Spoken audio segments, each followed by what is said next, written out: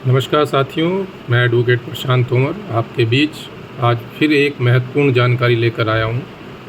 हम आमतौर पर रोज़ सुनते हैं कि ये चीज़ संवैधानिक है, ये चीज़ संवैधानिक नहीं है, ये शब्द संवैधानिक है, ये प्रक्रिया संवैधानिक है। तो वास्तव में संवैधानिक है क्या? ये संविधान की जो हम बात करते हैं कि ये संविधान की में सम्मत नहीं है चीज़ें, तो उसके लिए हमें सबसे पहले जानना पड़ेगा कि संविधान है क्या।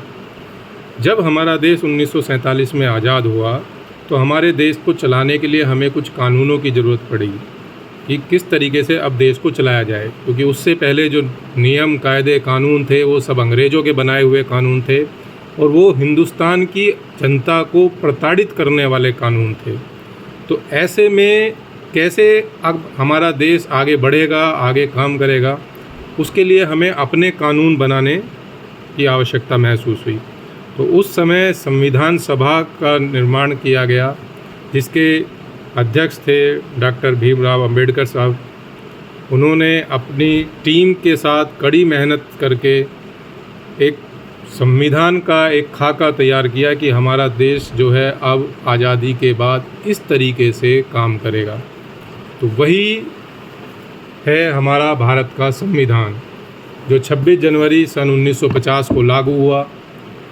तो उसी में कई सारी चीज़ें ऐसी बताई गई संविधान में कि अब हमारा देश कैसे आगे काम करेगा। तो सबसे पहले हमारा जो संघ का ढांचा है वो किस तरीके से होगा। हमारे देश में 2 तरीके की सरकारें बनेंगी, एक केंद्र सरकार होगी, एक राज्य सरकार होगी। केंद्र के अलग काम होंगे, राज्य सरकारों के अलग काम होंगे। तो जो केंद्र की सरकार होगी वो पूरे के पूरे देश में लागू होने वाले कानूनों का निर्माण करेगी।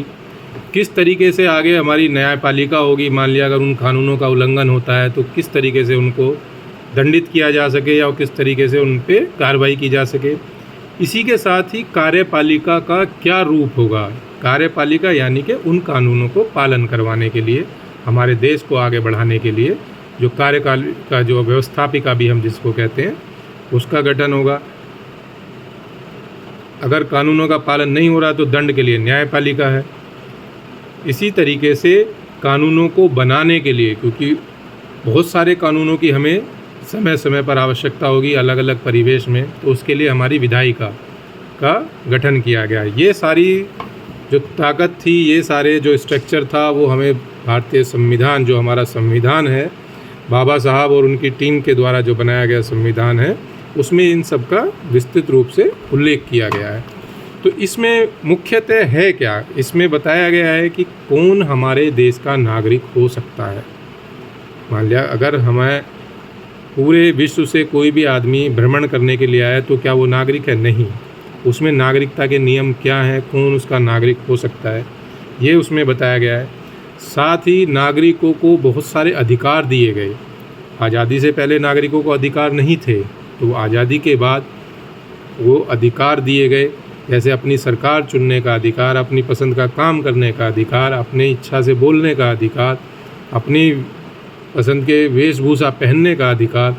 ये बहुत सारे अधिकार हमें जो हैं वो संविधान के द्वारा मिले, जिनमें से एक महत्वपूर्ण था निर्वाचन का अधिकार, यानी कि जो हम अपनी सरकारों को चुनते हैं, वो निर्वाचन का अधिकार भी हमें हमारे संविधान से मिला है।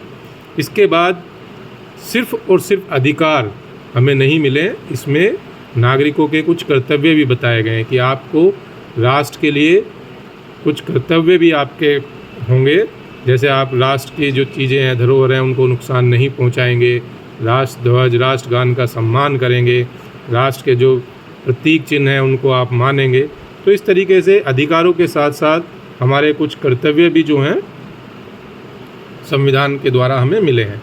इसी के संविधान में हमें बताया गया कि जो हमारे राष्ट्रपति महोदय हैं, कोई भी कानून जो राष्ट्र विधायिका पास करती है वो राष्ट्रपति महोदय के हस्ताक्षर से ही लागू होगा। तो राष्ट्रपति महोदय का चुनाव कैसे होगा, कौन बनाएगा, राज्य की सरकारें कैसे बनेंगी, केंद्र की सरकारें कैसे बनेंगी, इन सब का भी जो चीज़ें हैं वो जानकारी हमारे संविधान में दी गई है।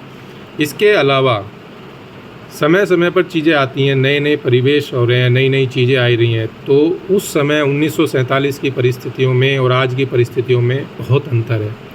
तो वो अब कैसे काम करेंगी, उसके लिए संविधान में कुछ प्रावधान किए गए हैं कि सरकार चाहे तो, अगर हमारी लोकसभा राज्यसभा जो हमारा संसद है, अगर संसद चाहे, संसद में बैठे हुए जो जनता के प्रतिनिधि हैं वो उसमें कुछ परिवर्तन कर सकते हैं, यानी कि संशोधन कर सकते हैं। लेकिन जो संविधान की मूल भावना है वो बिल्कुल भी नहीं छेड़ी जा सकती। यानी कि जो संविधान में कहा गया है कि ये लोक कल्याणकारी होंगी, जो लोकतंत्र होगा, ये कुछ चीज़ें ऐसी हैं जिनको आप नहीं बदल सकते। हाँ, उसमें कुछ अलग अलग चीज़ों पे संशोधन करके जो अब कानून जिनकी अब आज आवश्यकता नहीं रह गई है उनको आप दूर कर सकते हैं। तो आगे आज के इसमें बस यही है कि आप संविधान हमारा क्या है, कैसे किस तरीके से संविधान होगा, आगे आने वाली वीडियो में मैं आपको बताऊंगा। जैसे क्या अधिकार हैं, क्या कर्तव्य हैं, क्या राज्य के अधिकार हैं, क्या केंद्र के अधिकार हैं, क्या जनता के अधिकार हैं, और वो किस तरीके से काम करेंगे, ये समय समय पर आने वाली वीडियो में मैं आपको बताऊंगा। उससे अधिक जानकारी के लिए आप हमारा चैनल ज़रूर सब्सक्राइब करें और बेल आइकन दबाकर नोटिफिकेशन ऑन कर दें ताकि आपको नई वीडियो आने की जानकारी मिल सके। धन्यवाद।